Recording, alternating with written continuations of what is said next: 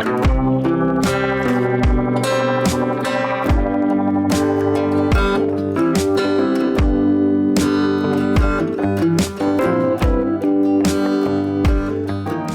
menyebut Kristen agama buatan Barat.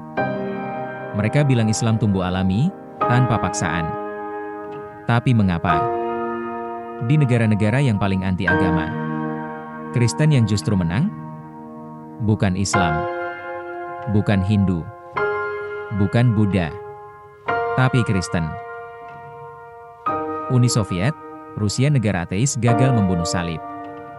Uni Soviet pernah melarang agama secara resmi, menghancurkan gereja dan membunuh imam. Tapi lihat sekarang. Di Rusia saat ini populasi 144 juta, sekitar 70% atau lebih dari 100 juta orang mengaku Kristen Ortodoks.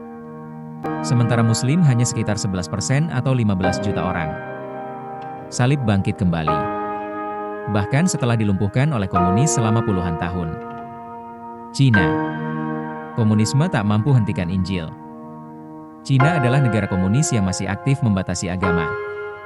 Tapi prediksi dari para peneliti menunjukkan, pada tahun 2025, dari populasi sekitar 1,4 miliar, Kristen bisa mencapai 100 hingga 130 juta atau 9%. Bandingkan dengan Islam di Cina yang hanya sekitar 25 juta orang, kurang dari 2%, bahkan sebagian besar terkonsentrasi di provinsi minoritas. Kristen bertumbuh, diam-diam, tapi pasti. Yang paling mengejutkan, hampir 16.000 masjid di negara ini dihancurkan dan ditutup, sementara gereja jauh lebih kecil jumlahnya yang ditutup, padahal Islam di Cina jumlahnya jauh lebih sedikit. Korea Selatan. Dari ateis ke Kristen.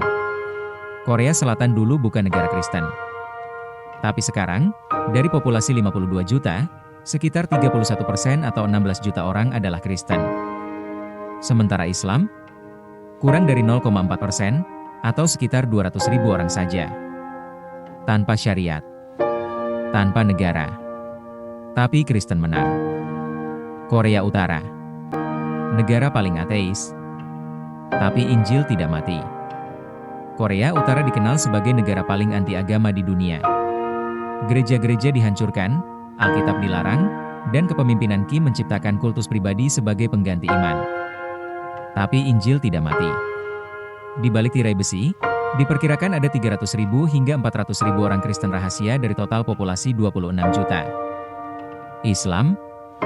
Hampir nihil, nyaris tidak ada data tentang komunitas Muslim di sana. Bahkan di neraka ateisme, salib masih menyala dalam diam. Vietnam. Tapi gereja tumbuh. Vietnam adalah negara komunis yang membatasi agama sejak lama. Tapi hari ini, dari populasi 99 juta, Kristen berjumlah sekitar 9 juta jiwa atau 9%. Islam? Hanya sekitar 80.000 jiwa atau 0,1%. Lagi-lagi, Kristen tetap bertumbuh, bahkan di tanah yang menolak Tuhan. Kuba. Kristen di tengah komunisme. Di Kuba yang komunis, dari populasi sekitar 11 juta, lebih dari 57% adalah Kristen, terutama Katolik dan Protestan. Islam hampir tidak ada secara statistik resmi. Bahkan di pulau yang menutup pintu bagi agama, Injil masuk dan hidup. Hong Kong dan Taiwan. Negara bebas, tapi tetap pro-Kristen. Hong Kong dan Taiwan bukan komunis penuh, tapi tetap menarik untuk diamati. Di Hong Kong populasi 7 juta, Kristen sekitar 860.000 jiwa atau 12%. Di Taiwan populasi 23 juta, Kristen sekitar 4% atau hampir 1 juta orang. Islam tetap di bawah 1% di kedua wilayah itu. Kesimpulan, di negara-negara anti-agama, Kristen tidak mati.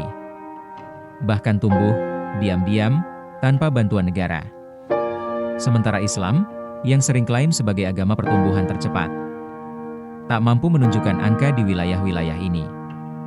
Kristen menang. Bukan karena negara, tapi karena kebenaran.